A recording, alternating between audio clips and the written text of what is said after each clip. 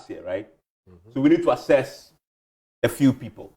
We don't want to bore you with any pleasantries in it. Let's go straight to it. We have a few categories we're going to look at. First, best and worst ministers. Second, we'll do your assess the MPs, best and worst member of parliament. Your favorite public servant, if you like, if there's any, and then anything else that gets into that we'll talk about. So let's start. Okay. So this year has been a very interesting year. Interesting year indeed. I mean, the IMF program kickstarted. There's a lot of politics. Bawumia became flag bearer of the MPP first. Not what I said. So there's a lot that's happened this year. Still, we didn't have a major reshuffle. That's true. So the ministers were kept, in their positions historically. It hasn't happened before. Yeah. If we don't assess them now, this is the last opportunity for us to assess them because next year everybody else will. Oh yeah, that's true. On December 7th. Next year by this time. That's time. They would have taken a general decision on the government anyway. Exactly. So let's deliver our verdicts. Let's start. Let's start with the best performing minister. Okay. Anybody will do this. You start with your own. No, me, I'm last because I'm starting. I'm last. So I'm hearing first. You will let yourself say, I'm last. Next time, wear this one. Okay, so that's why. When you are powerful people. Yes. When you wear this one, you can decide. Okay. Frankly, it's been one of the most difficult questions to answer this year. The best, right? Yes. It is. There are some who are positives, who look very promising, but let's not lie to ourselves. They have huge negatives too. So, for example, last year, who did we say was the best? We were talking about the energy minister, right? Energy minister, yes. That's what we say. Dunso was not around. It would have been easy for you to repeat that same today. Yeah. But it will be unconscionable when you know deep within your heart you slept in Dunso last night. When you know IPPs are chasing you left, right, center, to still give that plaudit to the man. I don't know if you get my point. Yeah. So he's doing well, but it doesn't make sense to me to come and say that he's the best minister today. Because we know the reality on the ground, that we are barely surviving in the energy sector.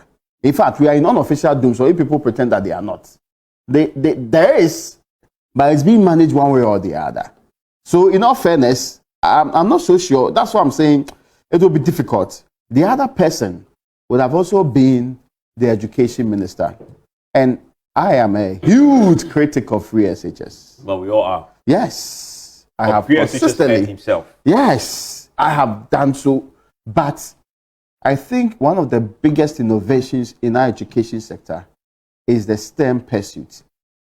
And the fact that they are willing to not only talk about it, build schools around it, recruit students, recruit machinery. It is a game changer that can really revolutionize our education. Except we will not, if Adutwum leaves office today, pursue that beyond him. Because it appears to be his personal vision, which I'm even convinced there are people in GES today who have not bought into it. So I think it's one of the best things we can do. And if we expand it, if we look at STEM the next 20, 30 years, we will build a certain critical mass of people who will drive our innovation, who will let Ghanaians compete like other countries are competing. But if you strike that against the state of basic education in the country today, stroke every single week in this country, there's a school that they have not paid, electricity bill for, who government has not released money to go and pay, and they are struggling. And the difficulties in free SHS, it is difficult to mention Adutwum as the best. You see why I'm bringing out these ones? Because they look to be doing well, but there are so many positives that waters down the purity of their performance in ways that I cannot wholeheartedly say they are the best. Now, who else comes to mind? And in this conversation, it is clear because of what I declared last year about our finance minister. It is even not worth going there in the first place. He is struggling from the bottom. So I can never put him in those who are at the top. We know the state of our economy. We know today, some of us, when we go to church, we pray. Like the way, people pray for good things and all of that. We pray that China will have a change of heart and agree to a creditor, whatever arrangement, and play ball. That if they play ball, the IMF will get our money for us. So long story short, who is your best performing minister? Can we defer this year's Mo Ibrahim, there are some times he says, I can't find a very wonderful president on the continent. So I'm deferring the question for, yes. So you I deep within my heart. Okay. Do not think that I've seen an extraordinary man I can say stands out. Raymond, I'll not lie to So you. for you, this Evans. year, Yes. you can't find one minister appointed by President Akufo-Addo who qualifies to be named best performing. Yes, I'll not lie to you. There are some. Hold on. Oh, but I'm Don't not. go around By the in way, circles. it says it's working now, and that's Oh, why okay. we run Oh, a few fantastic. technical challenges. Don't go around in circles. Apologies for that. In the midst of all the things that you've said, Yes. put all of them in the pot. Choose one. All the people. Let's do the star 9 grading system. The star 9 grading system. If the highest person had 50, 50 is one. It's not. You don't have a pass mark already determined. No. The first 4%. So let's start. Choose. Don't go around in circles. Or should I choose a Then I may add another person. Okay, add. You see, he is best performing not because he did extraordinary things. He is best performing because I will not lie to you. He had to weather the storm in a precarious situation more than any minister in this republic, and that is the gentleman as Minister for Parliamentary Affairs. Osei Mensah Bonsu cannot lobby for his own constituency in Suame. They are chasing him. In Parliament, majority, his own people are on his head. Government is on his head. Minority is on his head. Sometimes you can pity that guy. I don't know if you are going back to Liman's time, but you tell me, when did we have such a man in a difficult situation like this? That the MPP is still surviving today, I believe it's partly due to his works. So, But I'm saying he is one that comes close to doing something extraordinary can be who's the called. best minister? Now, I think that you should understand Yeah, that we're I talking am. for 5 minutes. Okay, I hear you. Go to the best And I minister. was happy your microphone was not working You're doing previously. the thing you accuse me of doing. The very thing you accuse me of doing. That's what you're doing. No, he's not happy somebody is That's doing what this. you're looking thing. for him. Yeah, he's saying that his style. You're doing the very thing you accuse me of doing. Okay, So, in fairness, I think it will be a certain Mensah who comes up small amongst. See, is primus inter pares, best among equals. in the land of the Yeah, blind. He's the This is the one-eyed one-eyed man. Yes, I I believe mean, so. I agree. Osei Mensah Bonsu has done a very good job, putting Parliament together and making sure that, sometimes when it's very difficult, they use juju and tricks to make sure that the votes are not cast so they can go and come back and go and rally members and come and yes. Yeah, he's done well on that score. The bit about Edutrum, I mean, I've had my own disagreements with this. I asked myself a very simple question. SHS1 students went to school and we had to take this thing to school. They went to school and came back. Today, I'm sure that my daughter is going to be coming back from school. And you ask yourself, so what did they go to do? They went there, they didn't learn anything. They went there and they were praying Everyday prayer. or they were doing what Which you is don't good. They know. are building the Orientation that lasts more than 2 moral weeks. I don't development. understand. But you see, when you have a minister who's committed to something, because we've always talked about technology. I mean, lack of technical know-how. Yes. Our usual Social recall society, social studies, lack of technical know-how, corruption, poor rules, those kind of things. But when you have somebody who's bent on ensuring that we are able to bridge the technological gap, and that's Yawase Edutrum. For me, that alone, there's still problems with, placements, school placements. There's still problems with free SHS. The bit about utility is not being paid. The whole problem with free SHS is release of funds and also deciding that boarding should be free, which I think sometimes is out of his hands. But I would have expected him as minister to suggest to the president, like Kenufurata did, that Mr. President, we cannot continue like this. But what did they do to him? Well, the Minister of Information Hamid came to say that That's what our he finance minister, cabinet minister, does not speak for government. No, he doesn't. Yeah. But you see, for me, that's my problem. But having said all of these things, I think that for taking that bold step to bridge the technological gap, deciding today that we shall build STEM schools from beginning to end, deciding that TVET, hitherto say, Oko School Wako Technical College and a vocational school, for deciding that even that the formation of the TVET Council and service and everything. I think that I would give, I mean, I've told you about the challenges in here. I agree with Raymond. But if you were to put all the ministers together, I would say that Dr. Yao Osei Educhum, Dr. Yao Osei Educhum is the best performing minister for this year, based on what he's been able to do. I still have my challenges with the schools of shame. But this is only because, I mean, and so if you look at Educhum is yours. So that's Educhum. Yes, today I didn't go around. You wanted to say Educhum, that's why you were fighting me over there. Yeah. Okay, now you understand. Oh, but I have told you. Well, I'll go straight. I land where you finished, which is Shame and Sabonsu, for a few reasons. If you look at the recent budget, that was a recent battle they had to fight. He outmaneuvered the minority again. When it came to it, and this is him representing the government business in the House, a government business that he must prosecute with many more MPs who are ministers who are traveling and doing other things. And when it came to it, he managed to somehow convince the speaker not to take the question on the first day. In fact, scuttled the debate and adjourned to the next day. I think it was Thursday or 2 days later, when he knew he can mobilize his people. When it came to it, every single member, including the independent who votes for the MPP side, was in the House. All 138, including people who had traveled. The week before, we had been told, a few days before, we had been told that... five were away. Yeah. Including Kennedy Pond, who I believe was in the US. A few days later, all of them were in the House. 138 voted. In fact, it was so good that the minority guys who pushed the thing to a vote, they asked for the vote because they wanted to reject it. Could not bring all their people to the House. And that tells you the strength of the man, right? Then also, go beyond his work in Parliament. He has set up this committee, the Constitutional Review Committee. Yeah.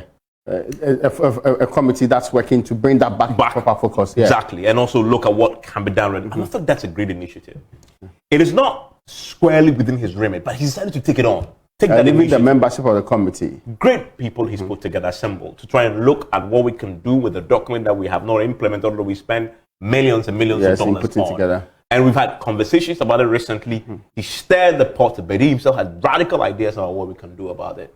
And for me, that initiative and the great work he's done in Parliament, he's had more wins since the humiliating Abambabin defeat than the MPP.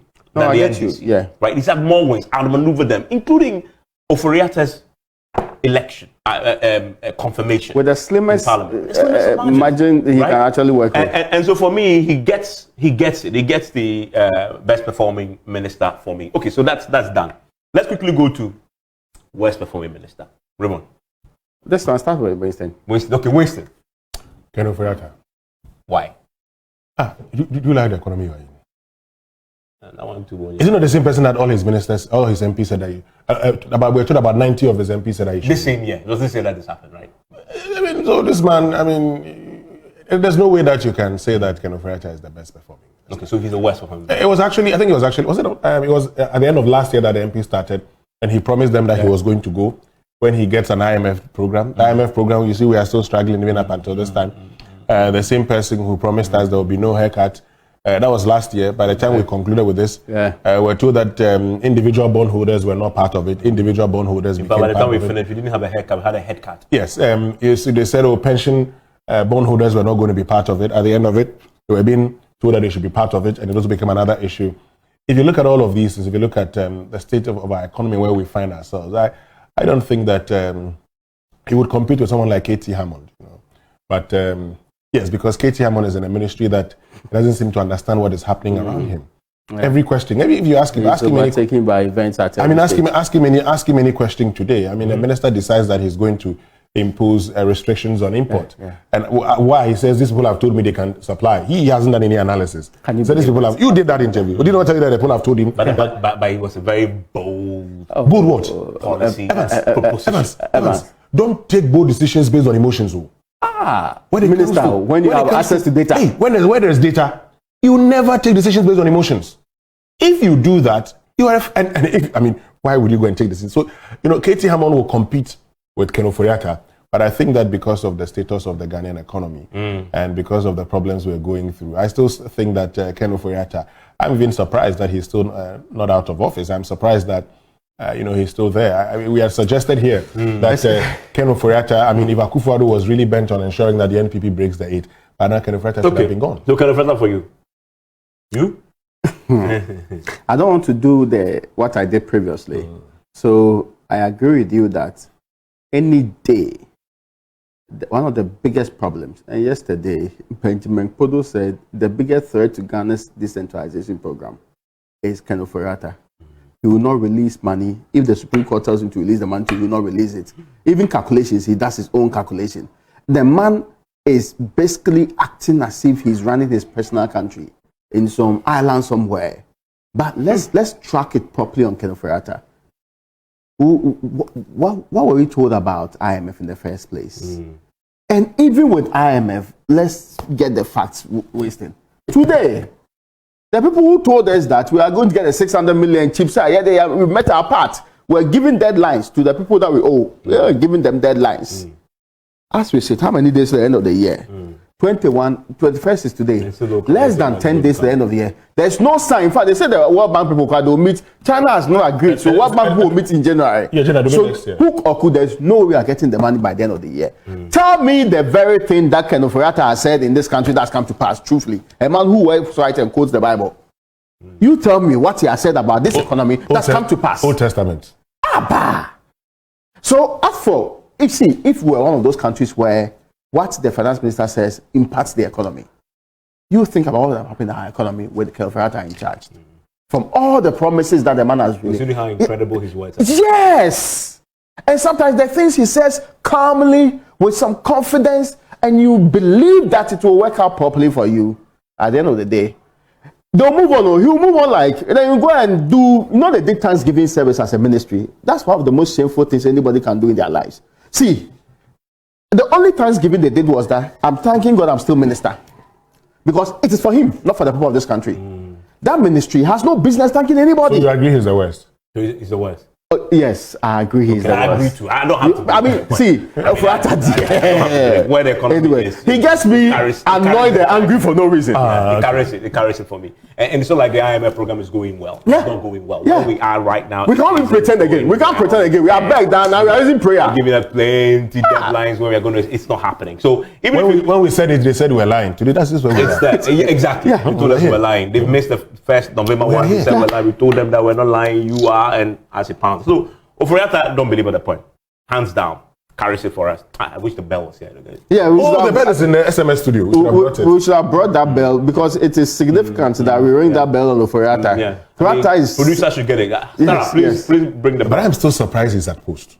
Well, he is at post because of one man. He should be gone by now. Yeah, but even let's say the president wants you to be at post. You, Ken Ofori-Atta. You, the human being.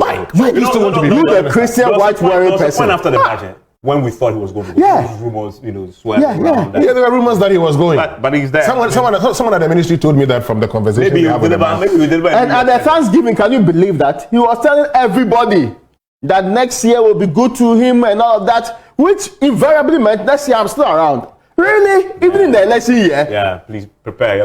He's going to be saddled. We're going to be saddled with him for the next one until the elections. It's embarrassing. So West and best ministers done. Let's go to Parliament.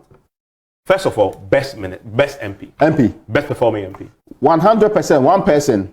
Investigative journalist, advocate general, relief officer for the end. How many of the other MPs do you know in the place that was flooding? No. And I'm bringing it home. This is Samuel Okudzeto-Ablakwa. I think there's unanimity here. Yes. Yeah, I mean, it's someone who Ablakwa. The gentleman is sitting in Mepe also. He's still fighting matters in Parliament. His colleagues are sleeping on the job. No. He comes in to come and debate matters. And others, I'm saying the other MPs that are in there. I say that guy understands Northtown. Sam Tontu was actually. I didn't even record that the man was. It was even the way he was speaking about the thing. Yeah. How many people called you that they wanted to go and donate? I mean, and they didn't mention that Okudzeto is the one they are going to give it to. Representation. Yes, he gives true meaning to it. No, I mean, look, the best MP, Samuel Okudzeto-Ablakwa. Hands down. 100%. Then the Vulture Awards for the MP. The West MP. The West MP. MP. I think this one, in Parliament, we're all agreed on. Sarah Dwasafo. Sarah Dwasafo. And there's so much to say about her, right? So this is a woman who abandoned her work and her constituents, went to the United States, sat on TikTok and was singing to us. Came back with an accent. Exactly. Well, in fact, the accent had disappeared now. Okay. In her bed. You see how nonsensical it can be. The accent has disappeared now. And now, somehow, and for me that's the biggest tragedy, is how the Speaker of Parliament, and I think he's number one, the members of Parliament, the MPP, and the President have all conspired to spit in the face of the Constitution of this great Republic of Ghana. Don't take my word for it. Listen to the Speaker himself, who sat in his chair and told us that according to his records, this failed MP has breached the constitutional threshold for sittings that she's missed that triggers the vacancy clause. That she should, in essence, be removed from her position as a member of Parliament. And yet, we're sitting here several months on, and he has not even had the courtesy of telling us why he hasn't delivered that verdict. He was going to give us, he told us, he was going to give us a verdict and read out for us his ruling, and he hasn't done it. It's a complete shame. Today, she's been rewarded. Yes. She's not only in the House and hasn't lost her job, she's been given a very important position on the committee. I think the one I know is the vice chair of the Constitutional and Legal Affairs Committee, deputy to Mr. Nyimedochu, who was on radio, by the way, when we asked him to say, oh yeah, it's okay, I'm going to work for him. But we know. That for me is a tragedy. And she's the worst performing the MP. NPP, and I would make a point about the NPP. In fact, I am surprised that the NPP, of course, they would need her votes, but the NPP must not allow Dwasafo to contest the primaries in January. I will know she will. If the NPP is serious, if all the things they told us, if all the contemplations, if their own members of Parliament were the ones leading the charge that she should be sacked from Parliament, the NPP should not be allowing Dwasafo to be contesting the parliamentary primaries.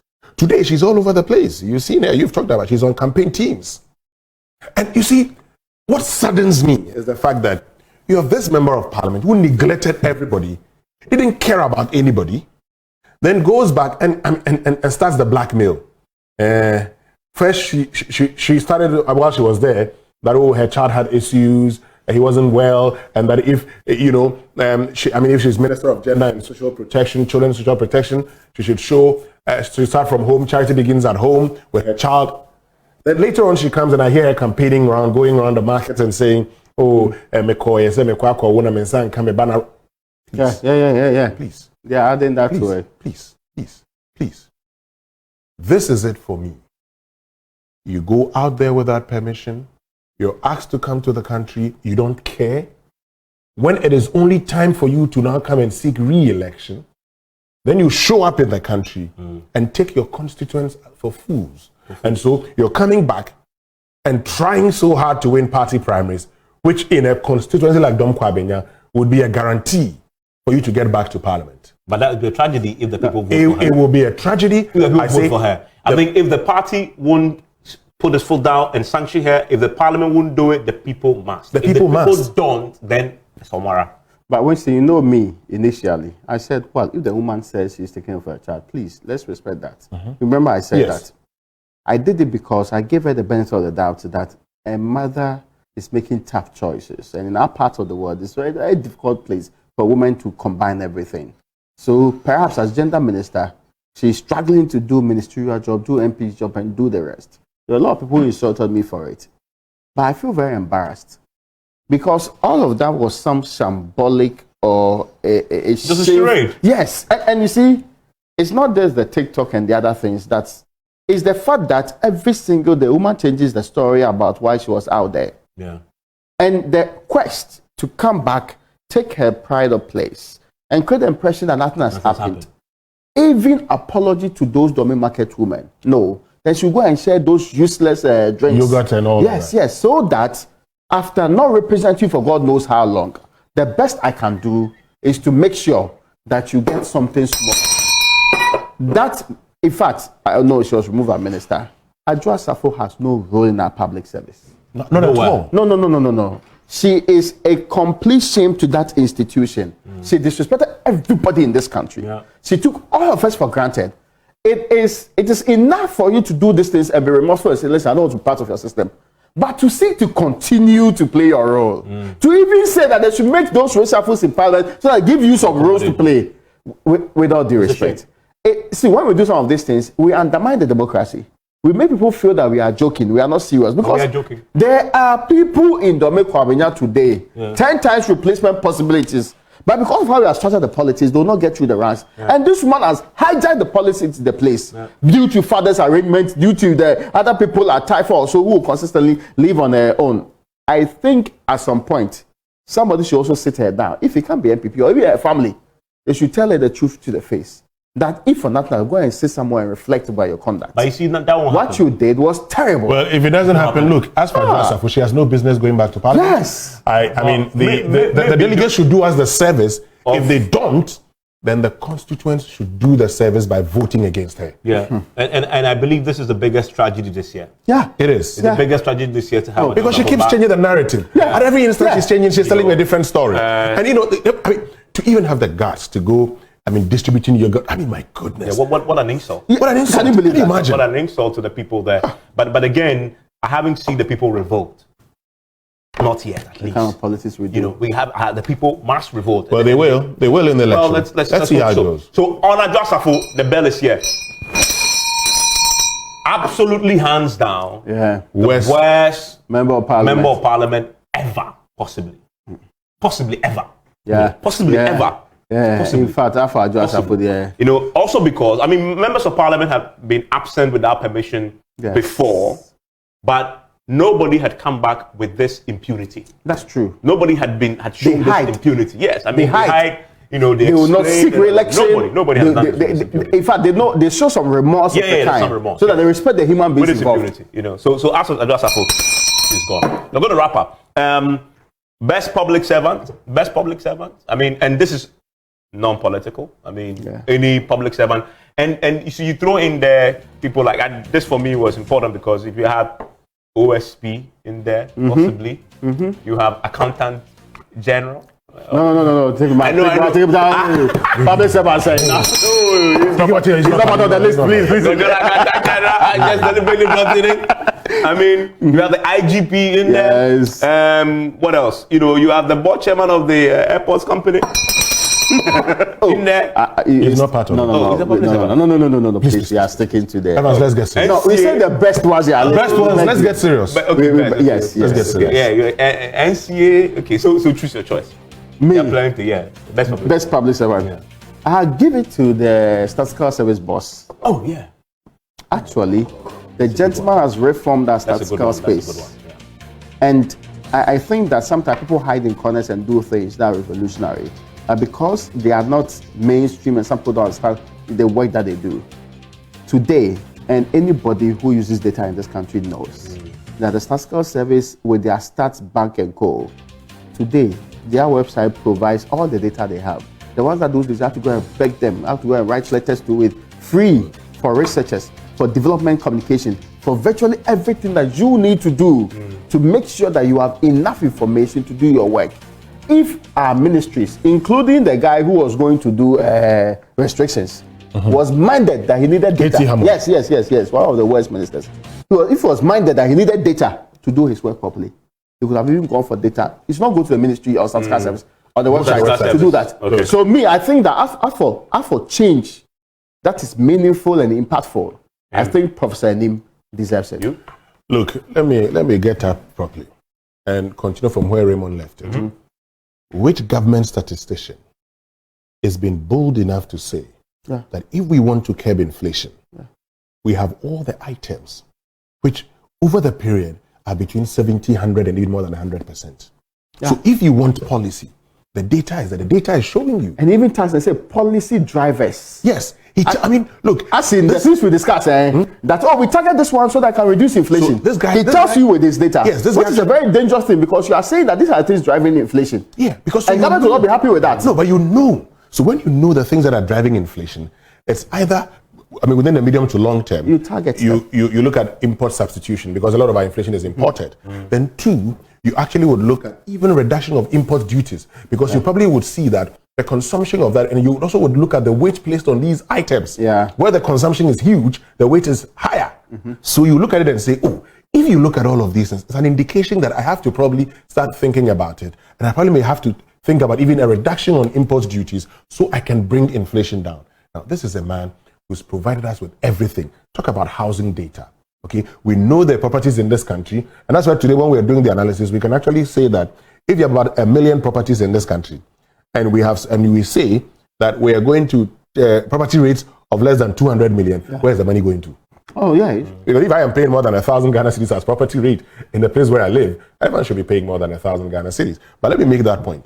This My man, forest. this man is actually giving us enough data that if we had leaders who were data driven, whose decision making was data driven, Evans, we will not be where we are today. Okay. So for that man, Prof. I give it to him. Is the Professor Samuel Kobna Inim. Yeah. Oh my the goodness. best performing public servant. He gets it, yes. For me, is the IGP. Okay. George Akuffo Dampari. Absolutely. Why?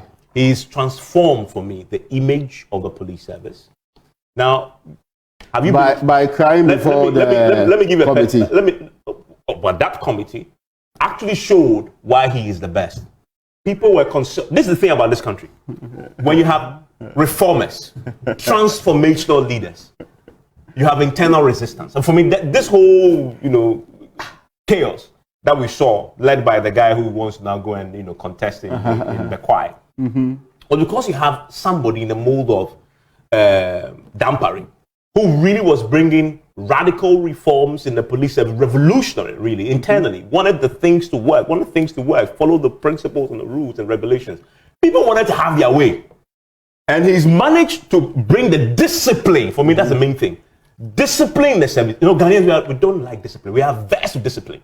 No, I agree. And for me, that's it. We have we have this genetic makeup that just abhors discipline. They know the thing, but they don't do it.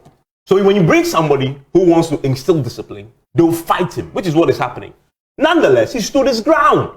And I think considering what he's faced with this Buri Nabu and this gentleman who had the misfortune of interviewing, who of course, is going to contest, tells you he stood his ground. It hasn't deflated his resolve to do what is right.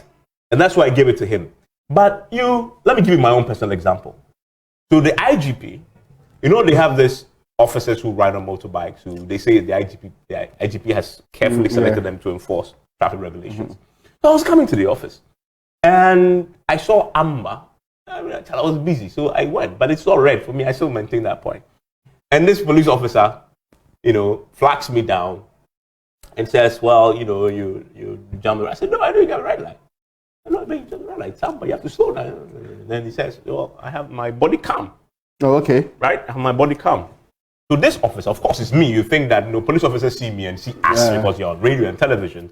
They treat them with some deference. He didn't care. He drove me to the airport police station, checks me in. I was saying everything I had to say. Checks me in, and I said, "No, but look, no, checks me in, and left." Then the officer says, "Oh, Evans, it's you, but these people, IGP has selected them. And here's the thing. There's the best part. So this is they take my driver's license, and because they have to process me for court. And it went on. But of course, the court process then delayed. This is not a big deal. I have to go and pay the thing. Go and pay a fine and move on. I was okay with it. But the court took more than 2 months. They haven't processed. I then reported it. But the thing is taking too long. Why are right? you What is this? I'm ready to pay the thing. And they're holding on to your my license too. Yeah. So you think that the IGP, who obviously in our position we can all call sometimes and say, we intervene. Say, no, you on radio, but you have to Face the music. He wants to use you to set an example. No. It was absolutely very genuine. ACP Tando did that to one journalist. I'll give you an example.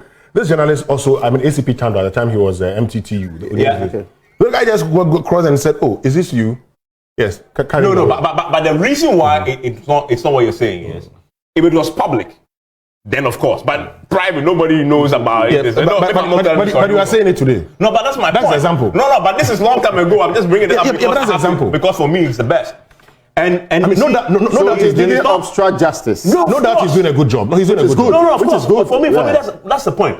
That is a sort of discipline that the internal guys who are fighting him don't want. I get your point. You see, what would have happened is if I was one of those who also don't like discipline, was to start fighting him. Yeah, that's true. We saw an MP who was arrested, who was crying on the radio. Yes. You've been arrested. And you feel so above the law. So they'll start conspiring against you. Do you remember the by-election? Yeah. When you have an incumbent party complaining that the police is not treating them well. For me, that complaint alone reaffirms my position that he is the best performing public servant this year, hands down. Look, that resistance that he's come up against, right, and he stood his ground. You have the general secretary of an incumbent party complaining about the police. What's to be that? Okay, I get your point. And yet he stood his ground and did his work. That for me, hands down, wins it. I mean, hands down. So Dan Parry, in fact, if there's any IGP who deserves to be maintained under another administration, it's him. Which more likely because of how things are going. But of course, I mean, the NDC have had their own issues with him sometimes. Yes, but they're supporting him now. But I think that he's one person that a lot of Ghanaians would agree with you. He's actually worked on the image of the Ghana Police Service. He's changed the perception about the Ghana Police Service. He's done a lot of good things for the Ghana Police Service. So I'm not surprised. But I would always choose Professor Samuel Kobene Nim ahead as the best performing public. No, I agree with you. And we can actually put the two together. You see, the more we have some of these people doing their work properly, that is how this state will be built. So others should look up to them and do the same thing. We do not have personal problems with you. In spite of resistance, yes. Do your job. If you do your job properly, fire you and then fire you, but do your job. If you do your job properly, we will love you for it. They can't touch them because there is a groundswell of support for what they do. Yes. If you touch them, you look very bad, and nobody wants to look bad, especially in an election year. Merry Christmas and a Happy New Year.